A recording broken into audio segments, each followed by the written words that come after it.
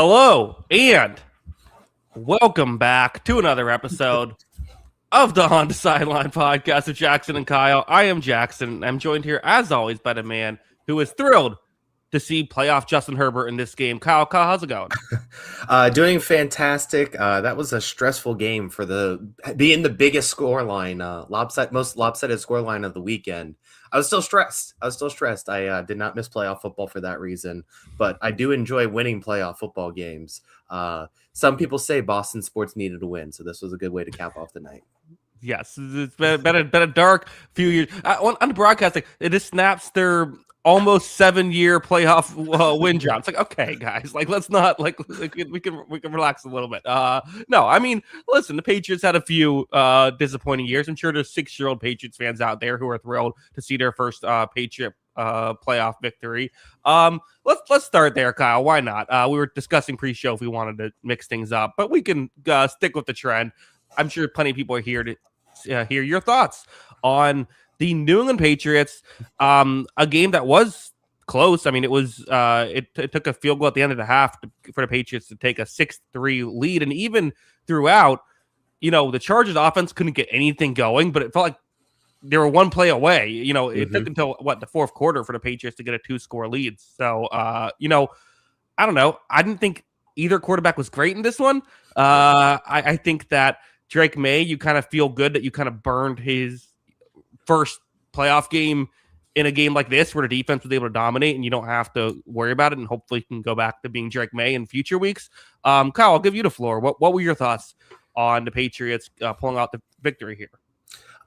It was a good win, for sure. I mean, obviously getting your first playoff win in 7 long years, been a very long time. We've been waiting for this. No, I'm just kidding. Getting your first playoff win under your belt is always important. A lot of these guys, I mean, basically, mostly everybody on this team outside of a few guys, this is their first playoff experience. So getting that under their belt, I think, is most important too.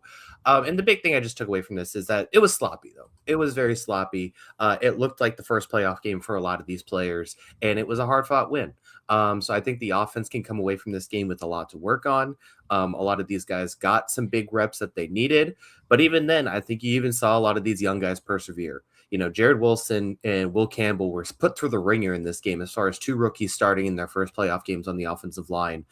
Jared Wilson actually came up with one of the biggest plays of the game with that fumble recovery, honestly, because that could have been returned for a touchdown. Yeah. So that was a huge one. But yeah, they struggled. Drake May had, really 2 or 3 just horrific plays, but also had some really good plays mixed in there. That touchdown pass to Hunter Henry. And you talk about like Travion Henderson too. He didn't have a huge impact in this game. But, you talked about I think you even said during the draft process, he's one of the worst blocking running backs you've ever seen in your life. Yeah. He had the block of the year on that touchdown pass. I mean, that was an incredible blitz pickup. It prevented a very obvious sack. And then it hits, Drake May makes a perfect play to Hunter makes a perfect throw to Hunter Henry on that play for the touchdown to give us a 16-3 lead. So good to see those guys persevere in a difficult circumstances, difficult game against a very, very good defense. So you take your wins with that. You win by double digits in the playoffs. You don't want to take it for granted. But most of all, this game should go down to the defense. The defense, I thought, was phenomenal in this game. Getting Robert Spillane back in this lineup, I thought he was really good. Christian Ellis was really good. Craig Woodson was really good. This defensive line with Milton Williams, Chason, both coming up with multiple sack games was really good. And I just thought not only did they managed the game well, they were coached well, they were prepared well for this game, and they just executed flawlessly at everything. Even when they're in the prevent defense at the end of the game and they're running the Chargers are running their 2-minute drill, they executed it perfectly. I thought it was an awesome game. Yeah, we have a super chat from the great Overlap 618. Jackson, despite your advice, I have my mortgage on the Bills not winning the AFC. Can you give me your opinion on them versus Denver? Please, otherwise I won't be able to sleep. This is Overlap. Wait, so you have your mortgage on the Bills not winning the AFC. Okay, so you need the Bills to lose at some point. I didn't know you can make bets like that. I mean, I think maybe try to hedge that bet, Overlap. Yeah, I would just sprinkle a little bit on them to win, I guess. Yeah, I think so. I don't know how you hedge your bet like that. Again, I guess bet them to also win the AFC. I gotta say, Overlap has bet his mortgage a lot, lost a lot. How many times has he had to like re-up his mortgage? That I mean, that seems like a red flag. I think you should be calling people instead of asking us for more gambling advice. Possibly. Overlap is a man of mystery. Kyle, the Patriots. Back to this. I mean, I think the story. Listen, very good job by the Patriots to pull off this victory. I mean, you look at the Rams and how they had to struggle against Carolina, right? Like, say what you want about the matchup, being able to take care of business is impressive. I do think the story is about Justin Herbert again, right? Like, this is. I kind of was. I've always been slower to jump on this player isn't great in the playoffs. And to say that Herbert was like the only issue here is unfair. Guys weren't getting open. There still was pressure in this game, although not as much as maybe you would have expected. But like there were just some of those plays where it felt like Herbert scrambled out. He was able to get someone open downfield and he just missed them. Right. Mm-hmm. And it's like they're usually not easy plays to make, but plays we expect Herbert to make that he just didn't make in this game. He didn't. And that's the thing. Like, I mean, this was a mismatch. I mean, if you watch this game, like it wasn't like the Patriots were a better team. Like you look at this, you watch these two teams play, they were better teams. And you look at it, they were a better team. They had 6 yards per play to 3.5 yards per play in this game. Yeah. I mean, the difference in this game was the turnovers and the lack of execution in some of those big moments for New England, which is why this game was close for so long. They were a better team in this game, and you could see that on paper. The difference was that we needed Justin Herbert to play superhuman for the Chargers to have a chance. And yes, he was under pressure. It's really hard to establish a rhythm when you're under pressure all night. He got hit a lot. But there's also some big time plays that he could have made and didn't make them. And his offense needed that to happen because, I mean, they had one play of 20 yards in this game, one play, running or passing. They couldn't generate explosives, and it just, they didn't have that. They didn't have the help from the quarterback, and they didn't give him the help he needed. I think everybody on offense deserves some blame for this because Herbert was running for his life. It felt like a lot of this game, and it was frustrating. Yeah, it did kind of seem like the only play that was working was the Justin Herbert scramble, and even that went horribly wrong when he got lit up and lost the football. I mean, like two things can be true, right? Like Herbert can be in a bad situation, and also he didn't play well. Like that can be like those aren't mutually exclusive things. And I think that like again, where I will push back on is people saying like this is who Herbert always is. This is not who Herbert always is. I watched him play all season. He played significantly better all season. But I said the same thing last year where I'm like, this isn't who Herbert usually is against Houston, and it happened. So, I mean, is it possible just like the narrative is in his head? Like maybe it's like at first it's unfair, but now it gets in his head. When Drake May makes a mistake early on, he's like, well, whatever. It's just football. Go out and make another play. When Herbert makes a mistake early on, it's like, oh my God, it's just happening again. Yeah, it definitely feels like it is something that's thought about. And I mean, I'm sure it is. I mean, like as much as some of these guys say they don't read anything online or anything, we just know that's not true. Like, you're a human being. Of course, you're going to see some of this stuff, so it's difficult. I'm sure it's difficult. And I'm sure that's a difficult thing to overcome. But I also just look at it like, the running game had 30 yards this entire game, non Justin Herbert. Omarion Hampton and Kamani Vidal combined for 30 rushing yards. There wasn't a whole lot of other options. Like you said, it was basically like Herbert escaping a collapsing pocket and trying to make something happen. That last drive with 4 minutes left, I was watching that drive because it was interesting because I'm like, okay, so how are we going to handle this? Because Christian Gonzalez obviously went out with the injury late, which he was terrific too in this game. His coverage, the coverage for the Patriots, I thought was unbelievable too because they were bringing pressure. And so I was like, okay, how are we going to handle this now without Gonzalez out there? How are they going to target him? All that kind of thing. And it just didn't matter because at that point we were just saying we're going to blitz 6 guys every play, and they're not going to block him. And it doesn't really matter who's covering out there because they're going to have no chance to actually make that throw down the field. We'll give up a 5-yard pass every time. And that's what that 4 minute, they got that ball with like 5 minutes left or just under 5 minutes. And it took like 3 minutes just to get to the 40-yard line because they had to take a 5-yard pass every time. They had no other option. And then, of course, Collinsworth was all over the substitution patterns, which was letting New England delay their substitutions, get all 4 defensive linemen off the field, and get fresh bodies on there, which also didn't help. and they were taking their time. They were not in a hurry. That was like I thought one like stopped to tie his like a defensive lineman stopped to tie his shoe at one point before getting out there. That was something. Yeah. I mean, it's again. I think the Patriots would have won even if the Chargers play a little bit cleaner. But yeah, they need to get healthy on the offensive line. It is what it is. You hope this doesn't happen again with Herbert, but get healthier on the offensive line. I still think they need another receiver in the mix in this situation. And I mean, they're not horribly far away. Sometimes you just you have key injuries, and every team's going to have some injuries, but some teams have more than others. And I think that's kind of is what it is for the Chargers. So where are you at with the Patriots now? I mean, how do you feel like stock wise? You're looking at this situation. You get the win. They're going to now be playing the winner of the Texans Steelers game. Do you feel better, worse, or around the same? Still around the same. I think we're really good. Like I said, I think Drake still had a lot of really good plays. You want to get rid of those few bad plays that he had in this game. I thought the offensive line run blocking played really well. I honestly would have liked to see more Ramondre Stevenson in this game because he was our best player. Like he was the most impactful player on like a per play basis. I thought he was really good, and he's been good the second half of the season. So I would probably like to see him more if this is kind of how a game script goes, depending on who we play between Houston and Pittsburgh. I like that stuff. I think the offense definitely has room for improvement. But yeah, I mean, I think getting this first win under your belt is the most important thing. And as I've kept saying over and over again, like we watched all of these playoff games this weekend, including this one. It just does not feel like there's a whole lot of separation between a lot of these teams. All of these games are coming down to the wire. All of these teams make mistakes. All of these teams capitalize on mistakes sometimes.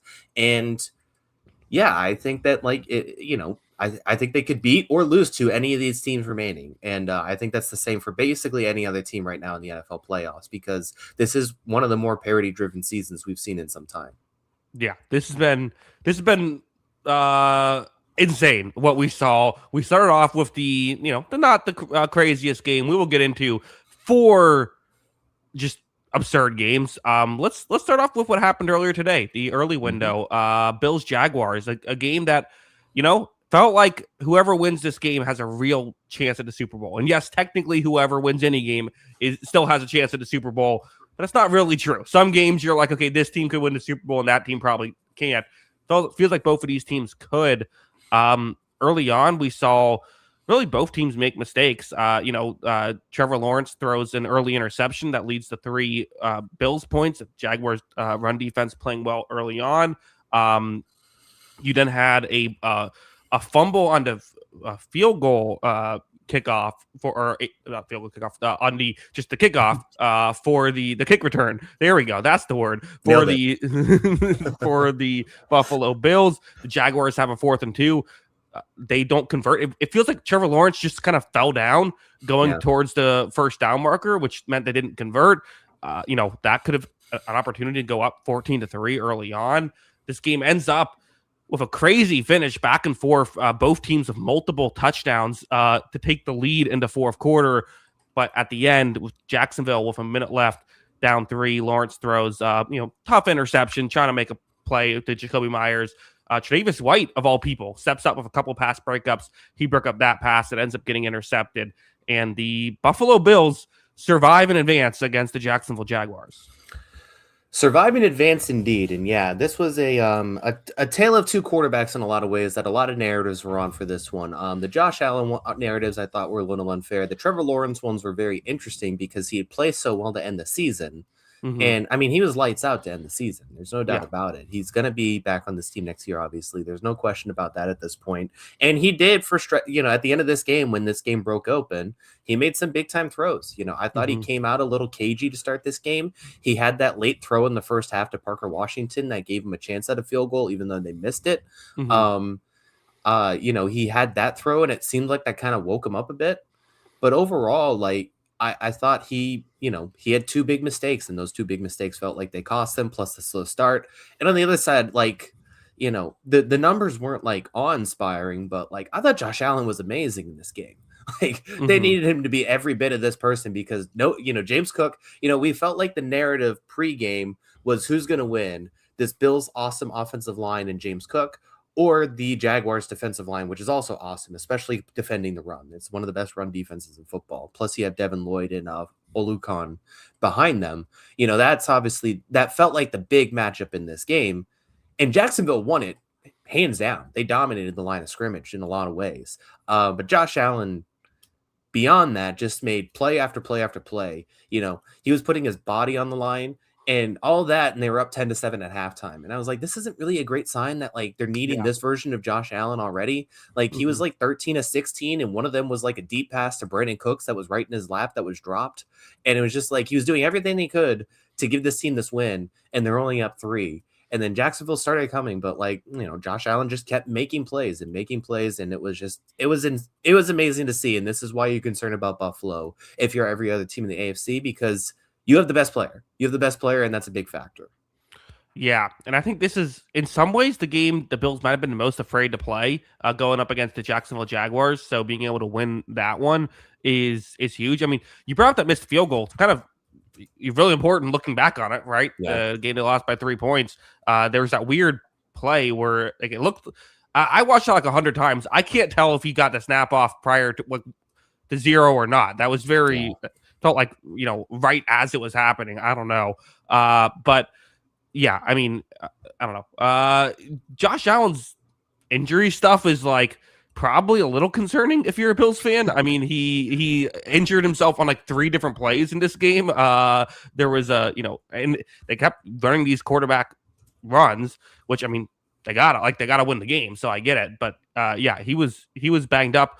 Also, Brandon Cooks has been like a real piece for this team. Like, how crazy is that? Like he was just released by the Saints and they picked him up as like a complete flyer. And he's like, he was their second leading receiver in a playoff game. They won by 3 points. Brandon Cooks is on this team, and Frank Gore Jr. had a catch on this team. Like, that's problematic. It is problematic. I mean, Josh Allen, I mean, at this point, he has a laundry list of injuries in this game.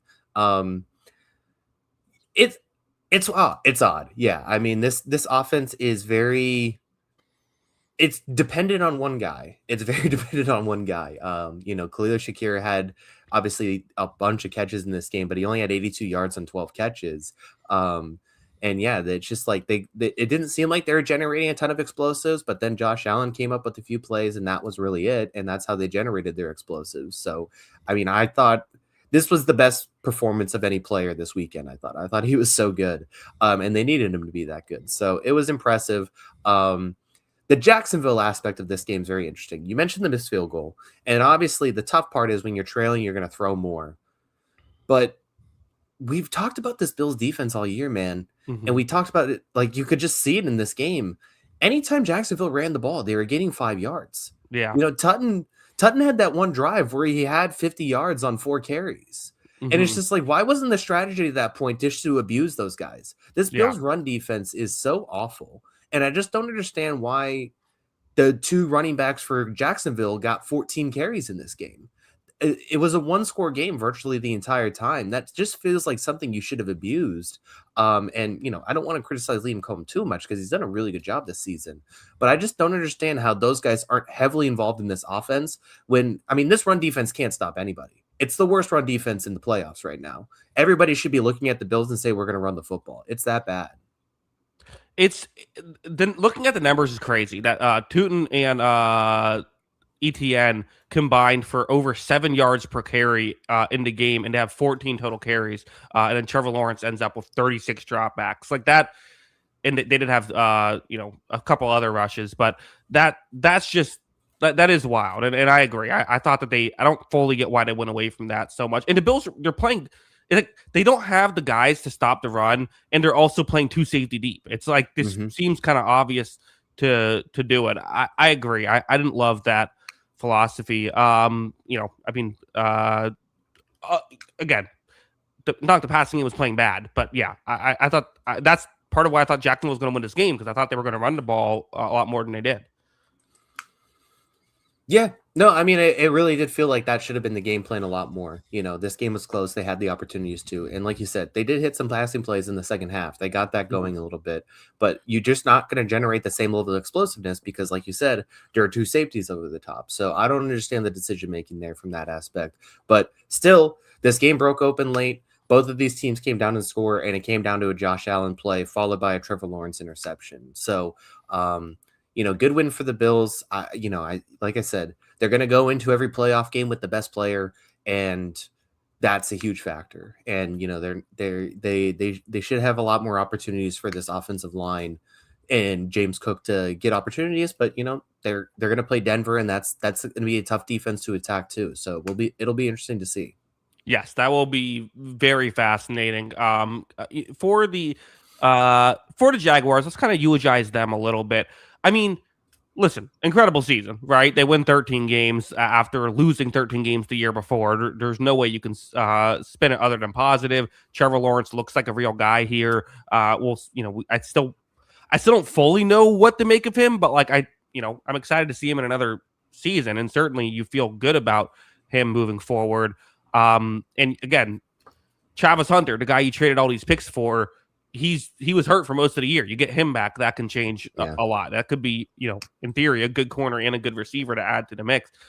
So you're moving in the right direction. Although at the same time, you think about the Dan Campbell that might have been our only shot quote after they lose the NFC Championship game. Like, you only get too many of these opportunities. They had an opportunity and weren't able to get it done. Yeah. I mean, we'll see. We'll see what it looks like next season. Obviously, I think they need to figure out what they want to do with Travis Hunter because I just didn't love the approach to start the season. And I kind of am leaning towards I think he should play defense full time. And then sprinkle in a couple plays because they needed corner because they made that trade midseason, and Greg Newsome just has been awful for them. And Tyson Campbell was good, but I think there was a scheme issue there that they wanted to get away from.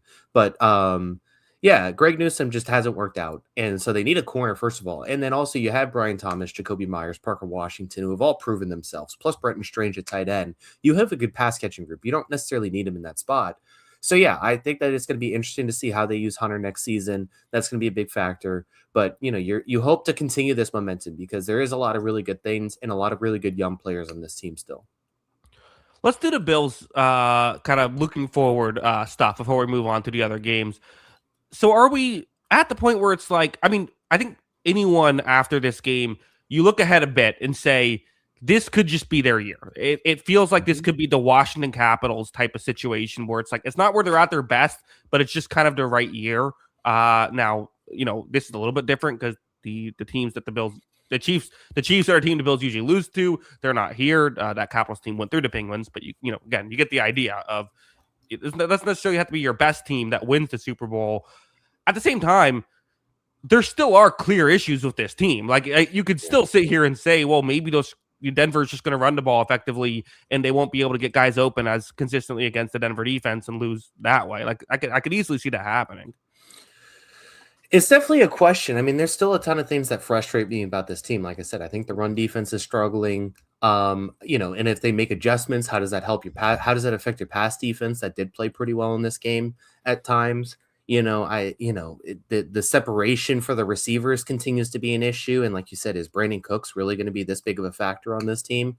And then, there's still this Sean McDermott stuff that drives me crazy. They had 2 4th and 4s in Jacksonville territory that felt huge. The first one was the end of the first half where they decided to do the offside thing, which, by the way, can we just ban that? Can we just end that? The trying to draw them off sides. I agree. It's I don't know how you do it though. 999 times out of 1,000, it doesn't work. Right. And yet we keep saying go to commercial early. Yeah.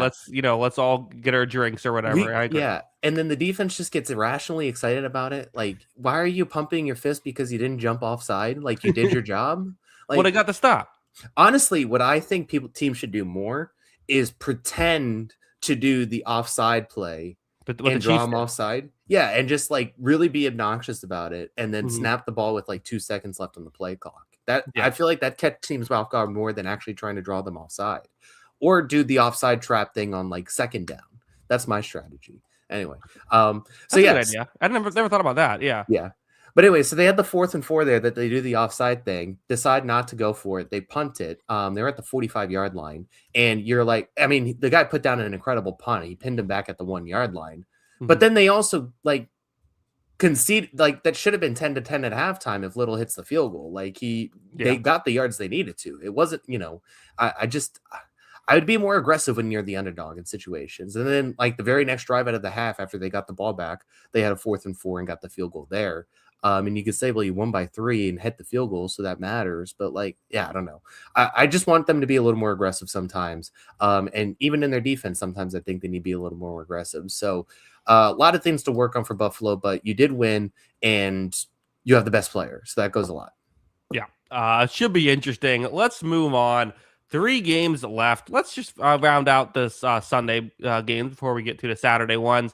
The 49ers, this was the biggest upset of the weekend, according to the Vegas odds. The San Francisco 49ers go into Philadelphia, knock off the champs in round 1.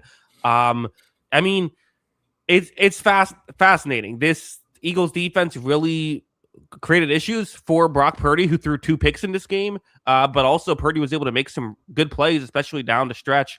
Reminded me a little bit of remember the Packers game, playoff game where Purdy didn't play great at first, but was ultimately good enough at the end to get it done.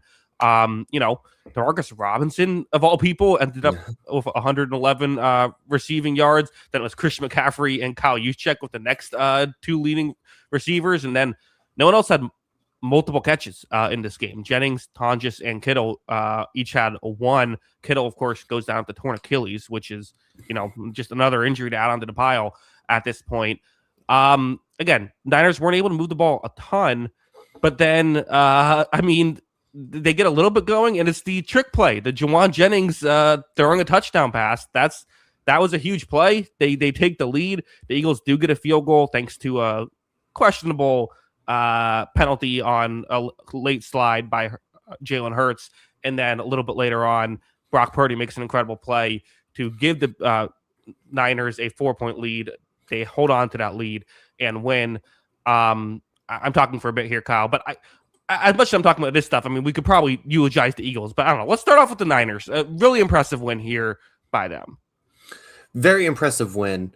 It was just weird because it's like, it felt like the 49ers basically had like they ended up with 362 yards. They ended up with 6 yards per play.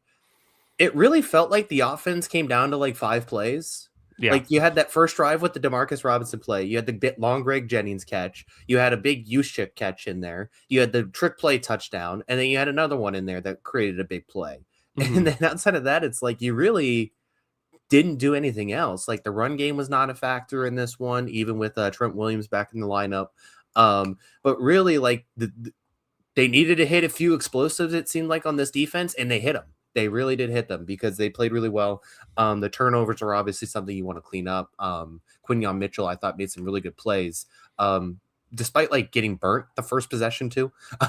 But yeah, it was a weird game because of that. Cause it's like, it didn't really feel like San Francisco had a whole lot, but when they hit, they were just these massive, massive plays that went for big games. And that was really the difference. So good win for San Francisco as that goes. And then, I think that the offense has a lot going for it. And then the defense played well. The last 2 weeks, I do think the defense has stepped up a little bit more and made some plays. They're still giving up some yards, but they're getting stops. That's the most important thing. Yeah, you're absolutely right. I mean, granted, for this Eagles team, I mean, this is just what we've seen more. I mean, we had, there were these issues happened all year, and I think an optimistic Eagles fan, that might be an oxymoron, but an optimistic Eagles fan would tell you, hey, like, we're winning games. Who cares if this is not looking great? Well, this is why you have to care. It feels like when we get to the playoffs every year, there's the team that doesn't look great, but is finding ways to win games. And then you just get to the playoffs and they lose because of those issues. It's A.J. Brown dropping passes. Nick Sirianni yelling at A.J. Brown. I think that was because he felt like A.J. Brown didn't get off the field quick enough, which could have caused too many men on the field. But, like, it wasn't even close. So I don't get why you're yelling at A.J. Brown in that situation. I don't know. Very bizarre. Brown also drops one late. And then, but, like, they have the ball down 4, but it's just like, this isn't an Eagles team that you trust to go and get 11 yards on a 3rd and 11. Like, that's just not what you expect them to be able to do, which last year they could easily do it. Last year it was, okay, AJ Brown, go downfield. We're going to get 40 yards right here. They just didn't have that tool in their tool belt, and I think that's the biggest reason why they're eliminated. They couldn't generate explosives all season, and that was the tale of these two teams. Is one team generated explosive plays and one team did not.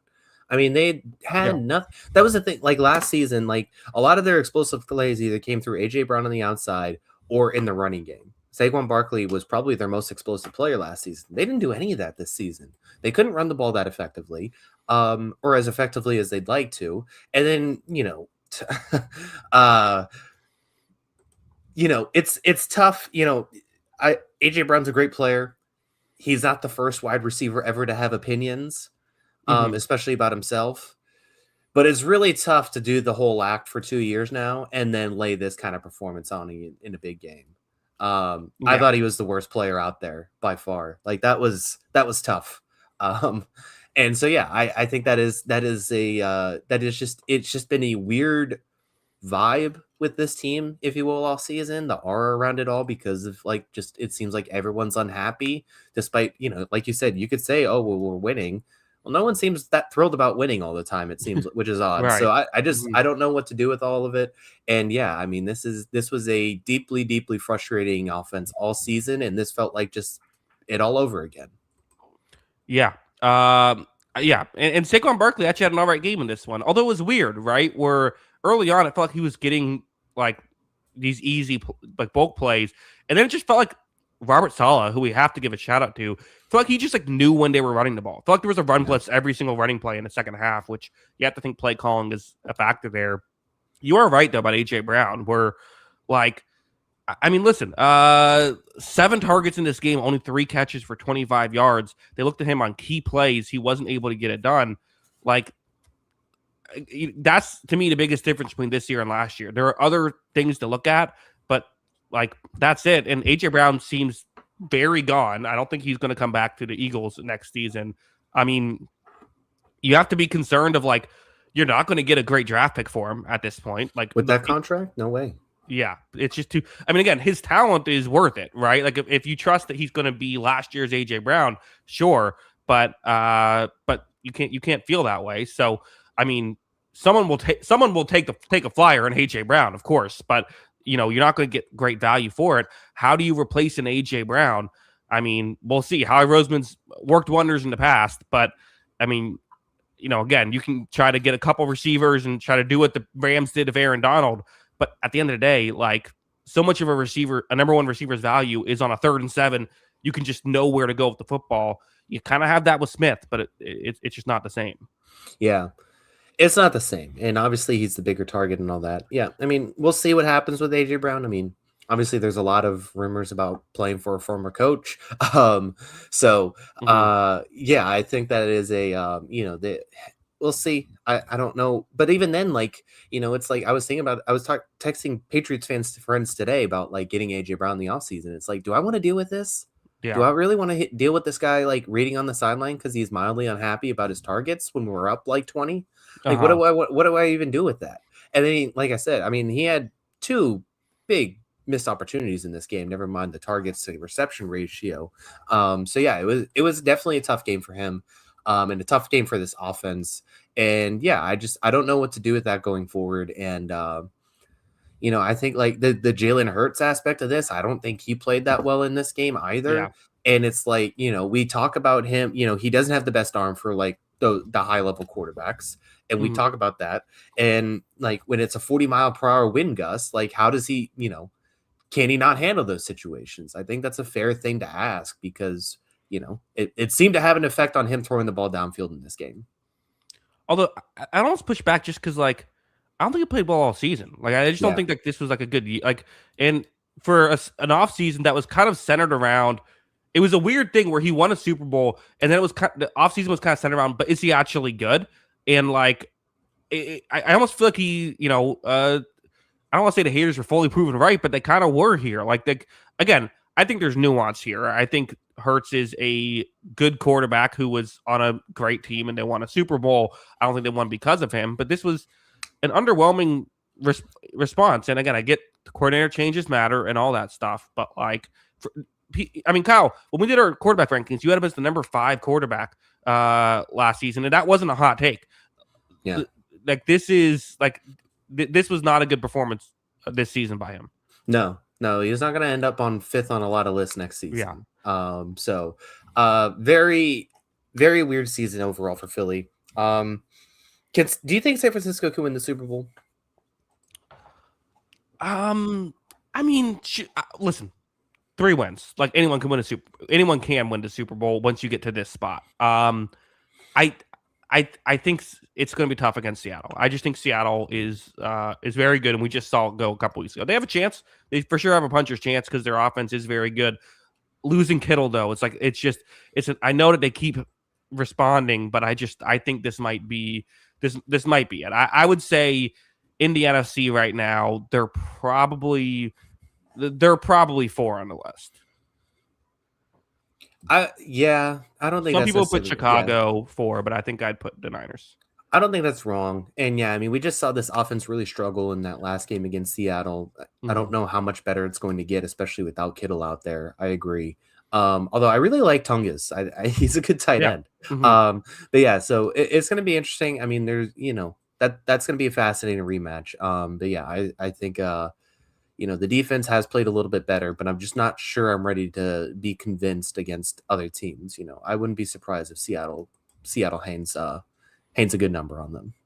Could this be the year Kyle Shanahan's team gets knocked out, makes the playoffs and gets knocked out before the conference championship game?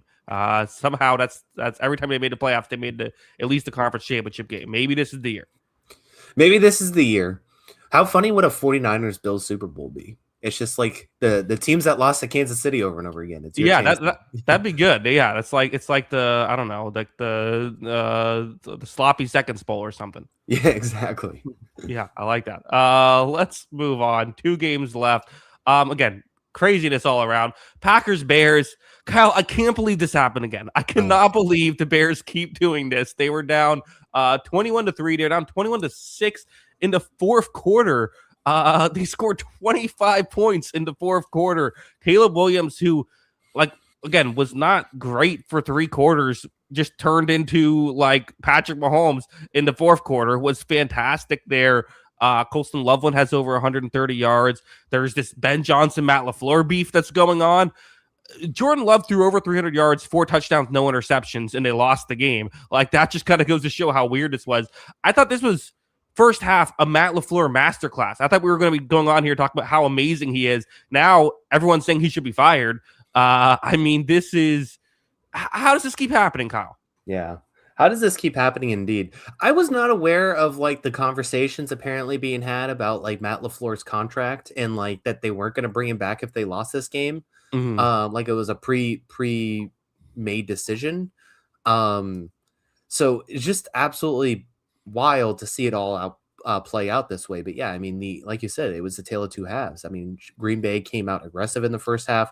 Jordan Love was amazing in the first half of this game. I mean, he was really good in the rest of it too. But yeah, I mean, it was an amazing first half. Jordan Love was awesome. The LaFleur game plan was awesome. And, I watched the game still thinking the Bears aren't really struggling to move the ball. It's just they're making dumb decisions at the end of drives. And it's that was the bigger problem. And they kept shooting themselves in the foot. So I think the Bears turning around and starting scoring wasn't necessarily the surprise factor for me, because I thought they were doing pretty well at that for most of the game. The surprise factor for me was Green Bay just kind of falling asleep at the wheel in a lot of ways. And if you are going to criticize Matt LaFleur, the second half tape definitely goes 1 of 1 for him, because they just took their foot off the gas and it was just not well managed. The timeout usage I thought was really bad, and they just were not prepared for this game to flip on its head. It's like they hadn't watched Chicago Bears all season. And yeah, it was just very bizarre to see all of that play out. I mean, Chicago didn't even get the turnovers. They had that crazy play in the end zone where Watson fumbles the ball and it goes in the end zone. They didn't even get that turnover. Yeah. And it's the Bears have been getting those turnovers all season and they don't get them anyways, and they still win. I mean, how wild is that? Yeah, the Packers had an offensive lineman, Darian Kennard, catch a pass, started trucking defenders, and then fumbled the football, and then somehow it's like the ball's just sitting right next to the sideline. There's only a Bears player nearby, and he runs over and like somehow just like chucks it 20 feet in the air, and it goes out of the side, out of bounds. So yeah, you're right. They had opportunities, they weren't able to convert on those. Dennis Allen deserves a lot of credit. Like it was funny because in the first half, it's like Dennis Allen kind of did like in hockey when like it's not going well and the coach just like shuffles the lines and just like starts throwing anything out there, almost like just so that they can the next game watch the film and try to figure something out. Like in Dennis Allen just started every play call. He's like, let's just do something different. Like I don't know, maybe something will stick, and none of it was sticking. LaFleur was hitting, coming up with the right game plan for every single play. And then it just felt like he kind of figured out the right personnel matchups where like he finally he put Kyler Gordon in the game in the second half. And like I think that just like that helped things, like making that personnel adjustment. Like they were able to just cover. Like sometimes it's just as simple as guys were getting open in the first half and weren't getting open in the second half. Yeah.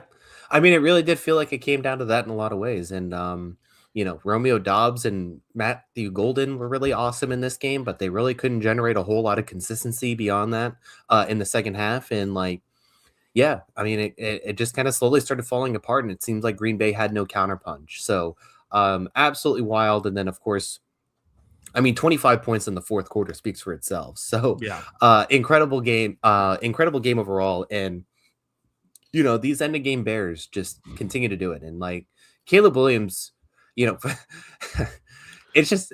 incredible what this guy does when it feels like the whole meme of like leaning forward in the chair when you're playing video games. Like yeah. when he locks in, it's just like some of these throws are just incredible.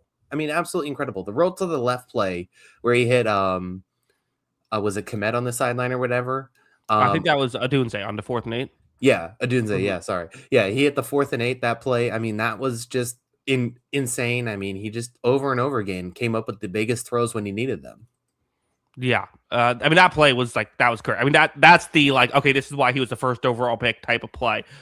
Even like down the stretch, like there was a play where like someone got wide open over the middle and he didn't throw it there for whatever reason, but then rushed and got 10 yards anyway. So it's like, I don't really know what to make of a guy like Caleb Williams. Like he's a hard guy to fully figure out, but I mean, he's winning football games and they won in part because of him. I mean, like this is, again, the 2 interceptions were, one of those was like the best interception all year, where for whatever reason, Packers player makes a diving interception 30 yards down the field on 4th down, which then just pins them deep. Like that was a bizarre play. That was on a miscommunication.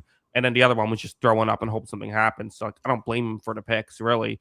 But yeah, I mean, it's remarkable. Like I can't believe this Bears team keeps doing this. It's been the narrative all season. This team is absolutely just beside itself with some of these games. I can't explain it either. We don't need to continue to have the conversation, are the Bears good? I mean, obviously they're good enough. And they got an interesting matchup next weekend against the Rams. So I mean, it's obviously it's obvious that something is working here, and there is this offense is incredibly inconsistent. But when it's at its best, it's really hard to stop. And it was at its best at the very end of these games. Yeah. For that Rams-Bears game, I'm almost like, I shouldn't do any analysis for that game and should just pick the Bears, right? Like that just feels like the vibes with those two teams. I'm going to dive into the tape and talk myself into the Rams and then be wrong. That's 100% what's going to happen. Yeah. I mean, that's probably the right move. I mean, like, yeah.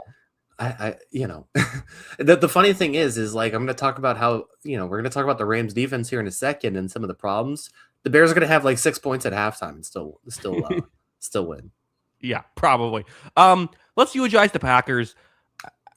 So maybe this is a hot take. I think this is a good season by the Packers. I know that, okay, losing to the Bears isn't a good part of it, but like, I get it. 7 seed knocked out in round 1, but they get Michael Parsons. Their defense does look awesome when he's there. He gets injured. The defense falls apart. Tucker Kraft was amazing this season. He gets injured. The offense takes a hit. Like, listen, every team is 2 injuries away from being, just not a Super Bowl contender. No matter how good you are, you're a couple injuries away from that. And they had those injuries. Again, I understand the frustration, and And LaFleur does have to be better in certain areas. If I'm a GM, I might just say, like, listen, you don't get to do this anymore. You don't get to hire special teams coaches because, like, you can't figure this out. You know, like, we have to get someone else here. I don't know. Like, there are issues for sure but like, I don't know. I'm not going to panic. I wouldn't fire LaFleur, or I guess let his contract expire. I would re-sign him. I think that he's a good coach. I get the frustration, but I still feel like I mean, again, I think the Packers don't make the playoffs with Matt LaFleur.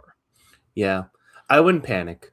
Mm-hmm. I guess the question I have is, if you're going to fire Matt LaFleur, like, what is the solution? Like, right. Are you basically guaranteeing that John Harbaugh's coming to your team? Like, maybe, like, if that's actually what's going to happen, like, because I guess he's like lives close or whatever. That's the argument. What? Like, he lives close to he lives in Green Bay.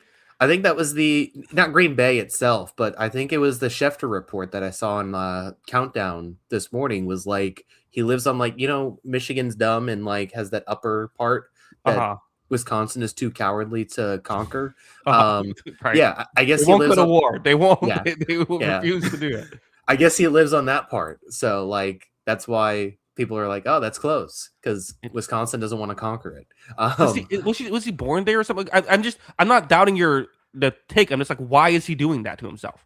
Well, I mean, I think they're from the area. I mean, Jim went to Michigan. That's why he coached there. Okay, I don't know. I still think it's like, when you're multimillionaire, okay, maybe like keep a house there so you can visit family, but like, maybe he just loves going to like chop wood or something up there. I don't know. What do people do up there? I think just chop wood. That's all. Yeah, that's all exactly. Mm-hmm. Just prepare for the winter. You're just perpetually preparing like for their winter. Bears. Yeah, exactly. What was I saying? I wouldn't fire him either. I mean, not only that, like, Devontae Wyatt was also a huge part of this defense. He missed the last month plus of the season, so that's another guy that you also didn't have for long stretches. I mean, like, so there were a few pieces down, especially on the defense side of the ball, that I felt like this started crumbling. But I wouldn't panic. I wouldn't panic either. And I like Matt LaFleur, the coach. I think there are some adjustment aspects and game management stuff, and like you said, special teams coordinators that need to change.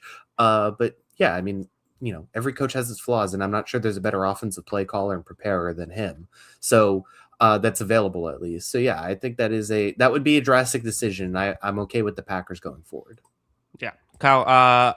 Before we get to the last game, I'm going to run to the bathroom real quick. You want to just do a couple more minutes on the Patriots? A couple more minutes on the Patriots. Okay, I guess I could talk about the Patriots. I think that's like, I don't want to like have you do the game because I still have thoughts there, but also I'm sure you could come up with things to say. All right, I'll talk about the Patriots coming up next. We'll see who they end up playing. We're gonna find out tomorrow night. Obviously the problem is going to be, if you're looking at the Patriots for next week, that Texans defense could be potentially problematic for any team in the NFL. But yeah, it could be problematic for the Patriots. And what we saw, the rookie offensive tackle Will Campbell and rookie offensive guard Jared Wilson really struggled this week. They would potentially be going against some premier edge rushers in Will Anderson, Danielle Hunter, or TJ Watt and Alex Highsmith still, if you're playing Pittsburgh too. So either way, that's not an ideal solution, but that's something that the Patriots are definitely going to have to be prepared for. And not only that, the Texans have an excellent secondary. So either one of those games would be tough, but like, I think that the Patriots can handle the Pittsburgh defense a little bit better and be able to throw the ball. And then, we'll see how they match up with Houston. I'm not as scared on that Houston offense and how the Patriots match up with them. I think we saw today that, yes, the Chargers are beat up. Yes, the Chargers are injured. But I think you go back to what this Patriots team is. I mean, what the numbers have been with the Patriots, with Spillane and Milton Williams and all these guys out there. I think that is something you get really excited about, and really excited about the way that defense played today, no matter who you play next week. All right. Well, I agree with everything you said. I didn't hear any of it. Who are you leaning towards? Who do you prefer, Steelers or Texans? It has to be prefer the Steelers. I mean, like, yeah. I mean, that the Texans defense is just too scary. Like, that's just as. But you guys lost to the Steelers earlier this year, didn't you? Yeah, 2 fumbles at the 1 yard line. Did that one in. But yeah, I It'll mean, happen again. Don't bank on the only team that can repeat that is the Steelers.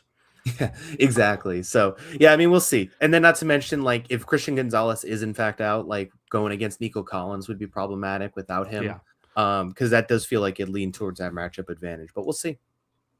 Kyle, the kickoff game, the 4:00 Saturday game. Oh, going to be the worst game of the week. Well, this set the tone for this weekend, which was again an all timer. I mean, I felt like the Panthers had a puncher's chance in this game. They beat the Rams earlier.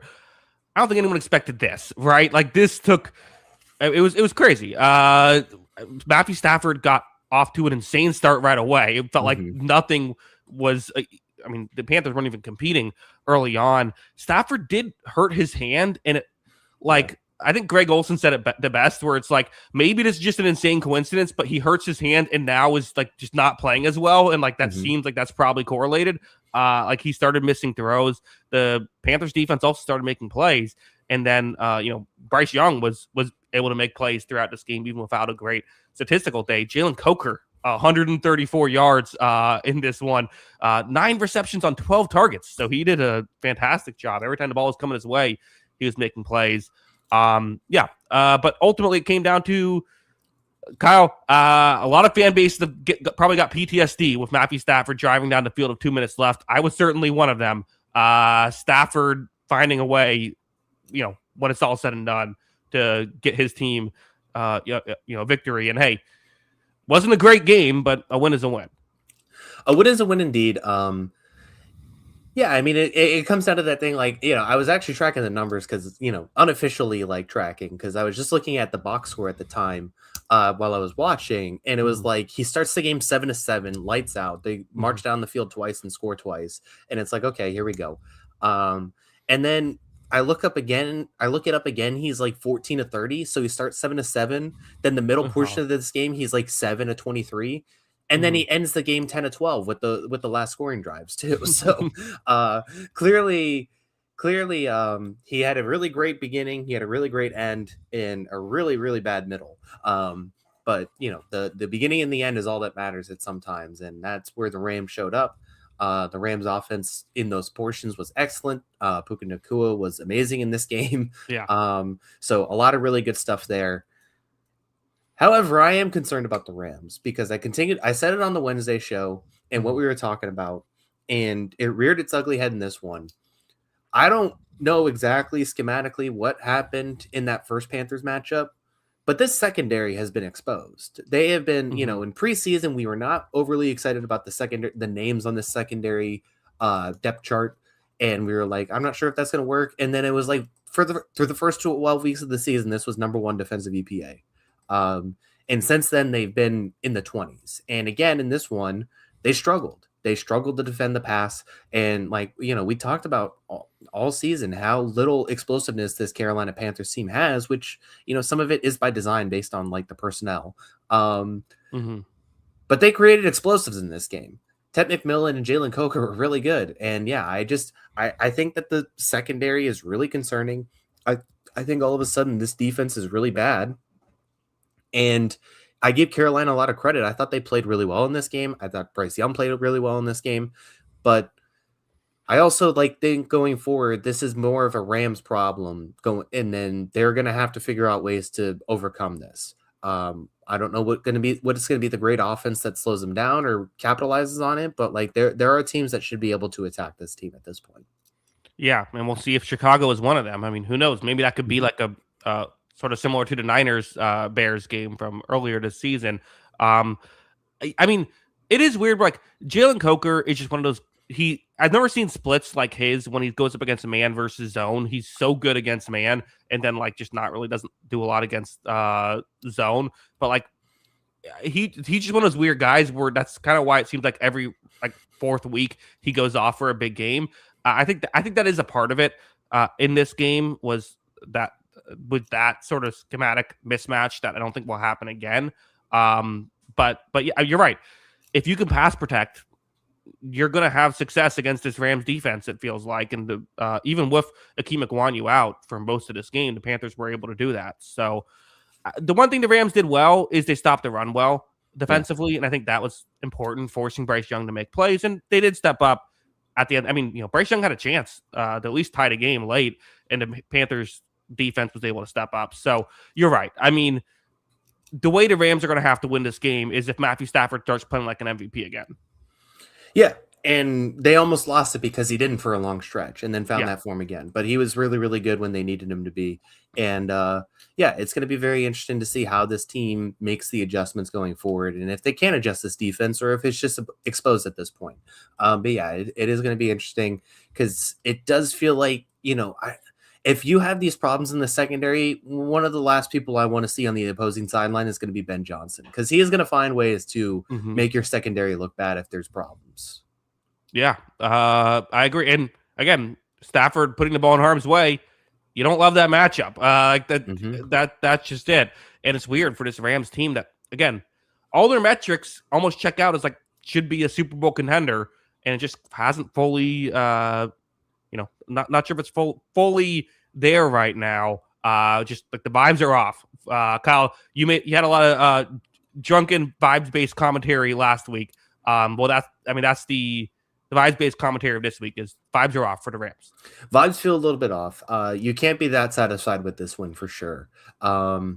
Again, we'll see. Again, it's one of those things too, where if the Bears have 6 points at halftime next week, I'm not going to be surprised because that team is just so weird. But I just think that, you can't look at this defense right now and be satisfied with the way they've played. They have struggled basically every game since the second half of the season started. Since that Carolina game, they have not played up to par. You look at the 2 losses that moved them down to the wild card seed. Those are big games in that spot. Even Detroit moved the ball. You could even say like Arizona the last week of the season got yards. So it's like, I need to see this team kind of fix itself before I can really get bought back in. I would probably have them second or third, at least in the NFC right now, or maybe, like third-ish. So yeah, it's just one of those things that they're going to have to prove it to us. Yeah. That being said, listen, they won a playoff game, right? And Matthew Stafford was able to show that, he can still come through in the clutch with that big drive. And that's why, it's interesting. We all talk about if the Bears can just keep it close. If the Rams can just keep it close, too. We could have dueling comebacks in that game, right? Depending on how things go. Also, can I give a pet peeve? There's a difference between prevent defense and zone defense. Everyone keeps saying the Panthers played prevent defense. Teams almost never play prevent defense. That's like a very rare thing that a team ever does. The Panthers played their defense that they basically played all game in down the stretch there, and Stafford just did a great job picking it apart underneath. That's not what prevent defense is. Yeah, it's also harder when a team plays faster because more times than not, unlike what the Chargers did in their game today, you don't sub. And if you don't sub, you can't get defensive linemen off the field, and your defensive line is not as effective because those big guys get tired. Yeah, right. There's that. You're passing every play, so if you're having success, it looks like it's more success. Yeah, I didn't think that I think there's criticisms for the Panthers defensive coaching, but I don't think I think that got way overblown. I don't know. Are the Panthers the winningest loser this week? Yeah, everyone said this was a laughing stock. You and I both said the same thing where it's I think the 10.5 points is disrespectful based on the way these two teams played earlier in the season, which didn't feel like a fluke when it happened. So yeah, I think that they can hold their heads high even as the losing division winner at 8-9. They went and showed themselves well, and I think this is a team that it's been a bit of a slow burn here with Dave Canales and what they want to do, but it is getting better every week. And you can even go back to last season and say every week it got a little bit better, and it's still inconsistent. They really need to find some explosive options in the pass game. But they are going in the right direction. I think Canales is the right coach for him right now. Maybe a bit of advice though. Don't look like the worst team in football 2 weeks into the season every year. Maybe let's just try to okay, get better every week, but don't start that low. Yeah. Them in Cincinnati could probably take that. Right. They're that's the Bengals were that, but they were a championship caliber team that would lose the first 2 weeks. The Panthers a playoff team, so it's even worse those first 2 weeks. I don't know. Get another receiver for Bryce Young. Let's see what happens. I'm interested in what the Panthers are going to do. I am too. Yeah, I am too. I think that they the NFC South essentially basically becomes a little bit more interesting. I think going forward with the way New Orleans ended their season and with the way this young Panthers team showed this season for sure. They can come away from this season satisfied with their performance. Yeah, we'll see if they can build off of it, but fun there. Kyle, crazy wow. So I had to be very careful of how I titled the video because I was trying to figure out what the exact title should be, but I went with Wild Card Weekend recap because we only recap the weekend. Unique? No, I'm just yeah. What's that? I said unique. Oh yeah. Because I could have said like Wild Card Round recap, but it's not the recap of the full round, so I had to go for weekend. Yeah, this whole Monday night playoff games is kind of annoying. So this is a take people. Does everyone just hate everything? Like, I don't know what. Like, there's a game on Monday. Fine. I mean, I can understand being upset a little bit. Like, it's 3 straight days now committing to football, which is a lot to begin with. And then not only that, like the team that plays Monday night is getting a day less rest for playoff games. Like that feels like it matters a little.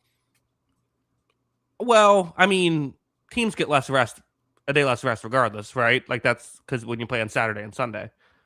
Well, typically what they do is the NFC teams play, maybe one team gets a little bit less rest, but at the same time, like, I don't know, just feels like a team playing Monday night is an unfair advantage.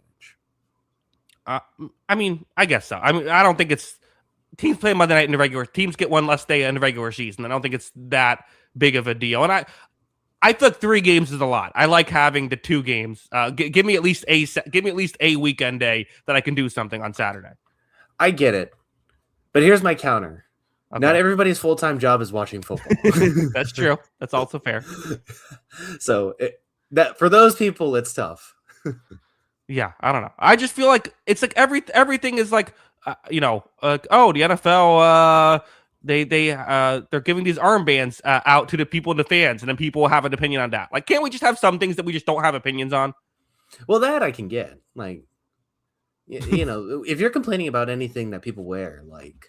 Well, I was just using an example. Yeah, no, I think if you complain about anybody wearing anything that they want, you suck. So, yeah, it's okay. But yeah, that's just, I mean, I don't know. Like, I think this is a reasonable gripe. Like, look, we have 3 straight nights now where I have to stay up till 11:30 to watch football games, and I got a life too. That's true. You are correct about they could bump some of these games up a little. This game didn't have to be at. They could have done they could have at least, I don't know, started the Bears Packers at like 7. Yeah. No, I mean they could have done that probably with the 2 games today. It probably would have been better to just do like a or no, there was 3 games today. Just kidding. Like they could have done 3 and 7 for the Saturday games. Yeah. Yeah. What about this? What about 1 Saturday night game and then 2 Monday night games? That would be interesting. What about all 6 games on Monday night? That's drastic. I think we're onto something here. Okay, we'll workshop it. But yeah. Hey, we get another game and plus, I don't know. I kind of like being able to have a game on Monday night. It's kind of fun. Only gonna do it once more this season. Fair. You're right. We'll talk about it Wednesday. And I'll find a way to complain still. Kyle, we will not be there will not be a shortage of things to complain about for that game. I'm pretty sure. I think we will find ways to complain about watching Texans Steelers on Monday night. Yeah, anytime I have to watch Pittsburgh, I usually find a way to complain, so it's okay. Yeah. I watched Chargers Patriots tonight, Kyle. I'm sure it was fun for you. That was a bit of a slog. I was stressed. I was annoying. I was just like, how are we only up 9-3, 6-3? It was just ridiculous. What a way to end the night, though. Hey, it's Drake May really is the next Tom Brady, getting carried by his defense. Exactly. Hey, look, man, it's okay. I mean, it couldn't have been worse than waking up early this morning and then turning on my soccer team, which is like I gotta say, my soccer team is West Ham United. They're the most boring playing team I've ever seen in my life. That's saying something for a soccer team. For soccer standards, they are especially like just the most egregiously boring style of play I've ever seen. And it's just I was just getting deeply. We won the game too, which is even stupider because our coach is now going to stay another week when he needs to get fired. I can relate, Kyle. Yeah, so now I get to watch another weekend of whatever this garbage is, where we just pass the ball around and then turn it over and give up a goal. So lucky me. Yeah. All right. Well, I have no idea what to say to that. I have no response, nothing to add on. So, Kyle, let them know where you can find us on Twitter before we head out. Yeah, make sure to follow us on Twitter. That is at Jackson Kruger. Make sure to follow me at by Kyle Grona, and make sure to follow the account page at On the Sideline JK. That is at On the Sideline JK. Of course, you like audio only podcast. Anywhere you get your podcast, search On the Sideline Podcast. It'll be available there. Only a handful of podcasts left, so make sure you find it there quickly, as this is the final season. Only 8 games left in the regular season, Kyle. We got to enjoy them while we can. Yeah, I made up a little more. I gained a little more ground in our Pick'em show, so yeah, good things happening there, and we're rolling. Yeah, we'll see how that ends. If you can, pull a Clayton Kershaw and go out with back-to-back championships. That would be the great way to do it. That's for sure. Yeah. Okay. Any final thoughts? You're ready to get out of here? No, I think we're good. Yeah, we can bounce. Yeah. Again, sorry to everyone for kind of changing the time at the last minute, but just figured why don't need to keep everyone waiting given the Patriots-Chargers game ended early. But we'll be back 6 p.m. Eastern on Wednesday to recap Texans-Steelers. Probably spend most of the show doing that, and then we will preview the 4 divisional round games. Should be interesting. Niners, Seahawks, and Bills Broncos are the Saturday games. Rams Bears, and then Patriots versus whoever they play on Sunday. So that should be very interesting. But yeah, we don't know. We don't know what the times yet are for those games. So we will on Wednesday let you know when we'll probably be doing the podcast for Sunday. So we're not going to do it on midnight just because it'll probably be earlier. So we'll figure that out. But yeah, again, thanks to everyone for watching or listening. We appreciate it. We will be back Wednesday at 6 p.m. Eastern to preview the divisional round. And until then, have a good one. Peace.